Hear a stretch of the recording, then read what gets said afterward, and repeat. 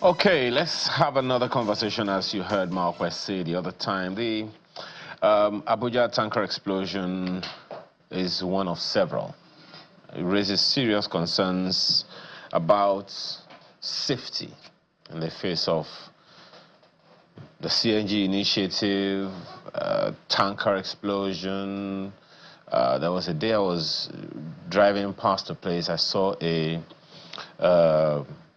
container fall off a truck and so many other issues like that. So one wonders, is this a safety issue, security challenge, economic issue? What exactly is it? Let's have conversations this morning with Antonia Beri, who is founder, Safety Consultants and Solutions Providers Limited, SCSP in Lagos. Thank you for joining us this morning. Thank you very much for having me. I said, unfortunately, the other time, it seems like we are creating some kind of live fireworks in our country, in different parts too. Lagos, we saw a series of explosions involving fuel bearing containers, vehicles in the city. We've heard in some parts of the east as well, where a fuel truck fell off, and people were scooping fuel. Next thing you know, there's a fire. Recently, in Abuja as well, something similar happened. Do you see a common trend or a common thread connecting all the issues? Unfortunately, yes. I don't know how many times we're going to drum and speak on the same conversation. Prevention, best practice, and corrupt practices as well. So they are quite prevalent. The Abuja incident, it's a magnitude of a failure that we cannot even begin to imagine. When we keep talking fires occur for a reason. The question is, why do they occur? That's what we should be addressing. That's where the preventive measures should be coming in. It's not in responding and overburdening the emergency response system that is already thinned out by letting these things happen. So when you look at the Abuja situation, we're moving to CNG-powered vehicles. It's a transgression. We're moving in technology, innovative. Are we adequately prepared as a nation and looked at the mitigation and the risk that come with this transformative process of going to cleaner energy services? So when we study it, we have to look at, when we're using them, what are the risks? How do we mitigate them?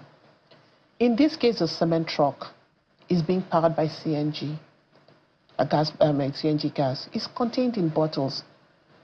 Is there a decree on the proper using it on mobile vehicles, transporting it, safe transportation, safe storage? Should these bottles not be anchored to the truck? So when we're talking about a fire happening, it is a consequence of a failure in a transformative process. So the initiators of this transformative process must take into account technical advice from experts to ensure it doesn't happen. It will happen again if they don't look at the fundamental risk management principles in a good idea turned bad. Well, madam, there are those who would say CNG dates back into the 1850s. So it's not like something that's just suddenly sprung on us. Sure. This technology is not new. It dates back centuries. So its use, perhaps the evolution of its use is perhaps what the issue is. Absolutely, yes. So is it that, because even here in Nigeria, to the best of my knowledge, we've been talking about it for some 10, 20 years now, trying to evolve into cleaner energy, as you say. And Nigeria is also a signatory of sorts into these things. So where is the gap? Is it regulatory? Is it commercial? Where exactly is the issue here? The fundamental gap is in concept. That's the regulators. They might put it on paper, in the implementation is not translating. So the question becomes, on a truck again, I'll take this particular instant. Those bottles should have been anchored. They shouldn't be popping. They should have been fastened and stayed to the body of the truck. There's a way of transporting gas cylinders that is acceptable and minimizes such risk. The truck driver who is even transporting them, is he even aware, has he been given a data sheet of the capabilities of the negative impact of what he's transporting, what he's using? Is he educated in the consequence of moving in with this translation in use? So people might get engaged with danger without looking at it, without knowing so. So yes, the regulators are accountable for bringing it, implementing it, and making sure that it is safely used and everybody is educated to the possible consequences. Are fires avoidable? They are obviously avoidable. Totally avoidable? Yes. If you take the fire triangle, you have the fuel, you have the energy, which can be a spark or anything else, and you have oxygen. If you remove one, a fire can never happen.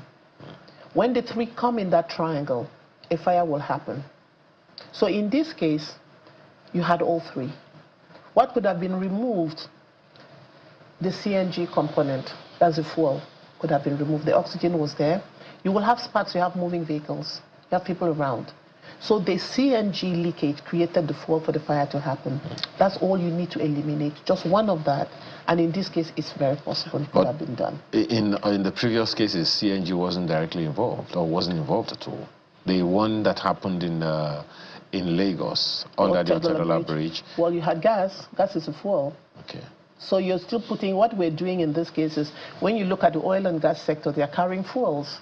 That's why they are so, when there is a release of fuel, the other two are commonly present, right? So you look at that particular industry, it's a recurring decimal. Because their product is fuel. So it's a recurring decimal. Now, you mentioned something the other time about,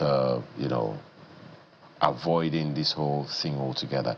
I'm wondering how we can address the safety component of this conversation, the safety elements, the part where the driver knows what's going to happen and does everything to mitigate it, from the very point of picking up the energy supply to wherever they are going, considering the roads they're going to use, the kind of vehicle it is, the state of the vehicle, the state of mind of the driver, and all those things. Do you think the entire value chain is giving its due? No. I want to reverse what you're saying, and I want to start from somewhere else. Maybe we should start by holding people who let this happen accountable and calling it a criminal act, because you're murdering people. Now, you take the case in Abuja. I haven't heard who is responsible, who is the company, who is going to do what. We're calling them to action. In all the statements by all the regulators and the emergency systems, we're talking about, oh, we're going to treat people. Is that all? There is psychological damage. There are people who are dead. Their children's fees will be left unpaid for years. Families are going to go starving because people are dying, right? I haven't even heard the insurance. So there's a big lacuna somewhere. The gap is so huge. So at this point, I'll be saying, okay, you're responsible for this failure. We're going to look at this and you're going to pay so much. Now, imagine that we do what other countries do. We say if a life is lost because of negligence, you're paying 10 billion naira. When one is held accountable, all of that will follow and look at the rule book properly to make sure, until accountability is brought in the recovery process, people don't see a reason why they should do it. Until the labor unions come out again and say, I'm not saying labor union. I want to say the stakeholder, the immediate say, maybe I lost somebody in this. Yeah. And now legally the government is now my champion and saying that this person will be held accountable and you pay 10 million in 10 places and this can shut businesses. Hey, big business. So the conversation needs to expand. Absolutely. Okay. Marco has questions for you as well. Go ahead, Marco. Indeed, it's been a very tricky one because I do know that, in this instance, a tanker wasn't directly involved. What was involved was a trailer laden with cement, but that trailer was powered by CNG. And here we also have a government trying to encourage people to transit to CNG because it is cheaper. However, there have been safety concerns around the deployment of this particular form of fuel. So we understand that this trailer, the brakes failed and as such, it hit people, it hit vehicles on the road, and, you know, there was a conflagration, you know, a conflagration ensued as a result of that. So how do you think that governments can manage, you know, talking about encouraging people to transit to this form of fuel when they see this sort of disaster happening when an accident occurs? It's a good question. And I absolutely think there is a need to transition to cleaner energy. So the technology, the idea is not bad. The only question here is the management of the transition in this process. How does the government get people to imbibe it? By ensuring that the people are accountable, by ensuring that they themselves as the regulators, they are enforcing what they need to enforce.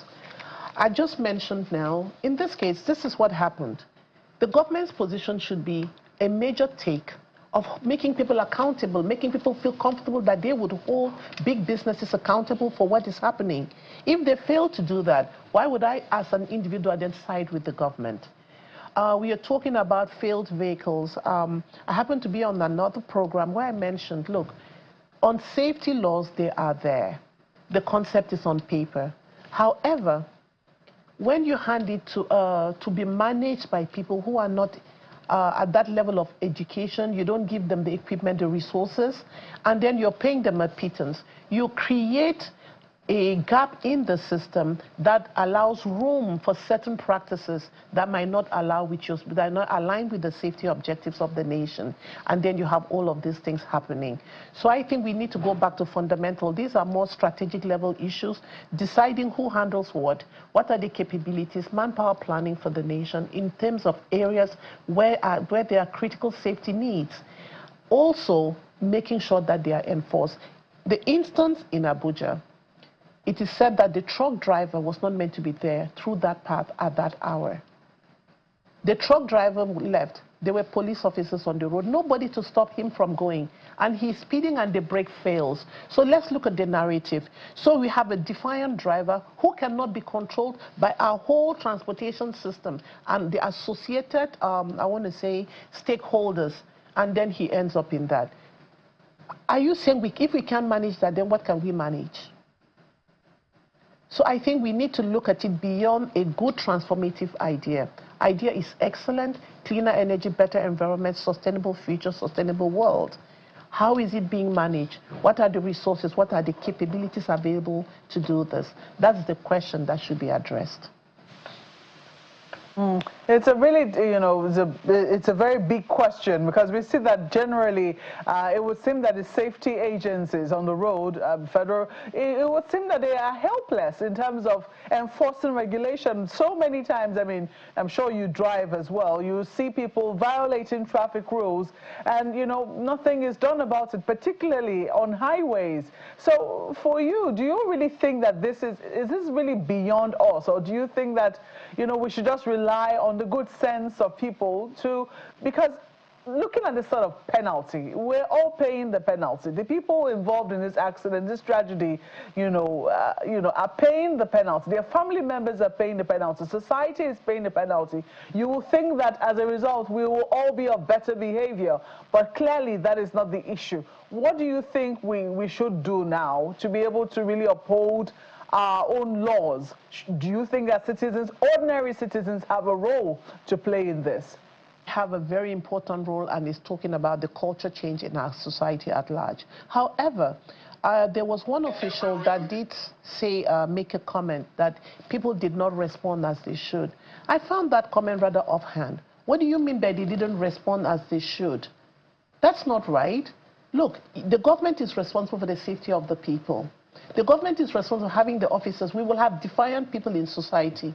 One truck driver that refuses to follow the law does not mean that the psychology of everybody there is a defiant citizen. That's not true. The laws and the government are there to control the defiant people. That's why they are on the road. So I wouldn't want to generalize that we as a people, we don't, we're not safety conscious. We are. The question is, what are the controls of those who choose not to be and put all of us in danger? The question of Nigeria at large, that's who we are, I shy away from it because you are safety conscious, I am, and I know a lot of people who are. So, but should we live with with dangers, how do they protect us? How does the government protect us? So yes, we should be safety conscious, but first, the government is there to protect the people from all sorts of safety issues and insecurity. So I will still throw it back to them to look at how they are managing it. Yes, and then I'll encourage all of us to also be very conscious of our own safety and security and take responsibility for it. But on a platform that is provided by our government, it's a minimum expectation from them. Well, the conversation is not going to end today, but in a few seconds, maybe you want to tell us how we communicate safety from when people are young. Good. It's Friday. Parents are going to be home today from the evening of today and into tomorrow and Sunday and the rest of them. What are the basic safety elements you think we should begin to communicate to children at whatever age from now? Absolutely. Safety starts at home. The culture of safety starts in your house. When there is, who has an extinguisher at home? How many of us do? So we grow up in an unsafe environment and we take it as normal. Have you visited the schools? Something as a zebra crossing in a school, they are missing.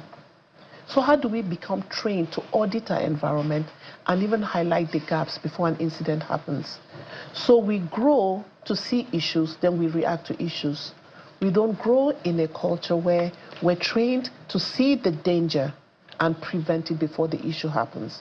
So it starts from home, it starts from the schools, it starts from the community. Sounds to me like we need a curriculum for the family to get. Yeah, I think families should be having that. Absolutely. Thank you so much for your time this morning. Antonia Beri is founder, safety consultants and solutions provider, SCSP. Thank you so much again for your time. Thank you very much, Ira.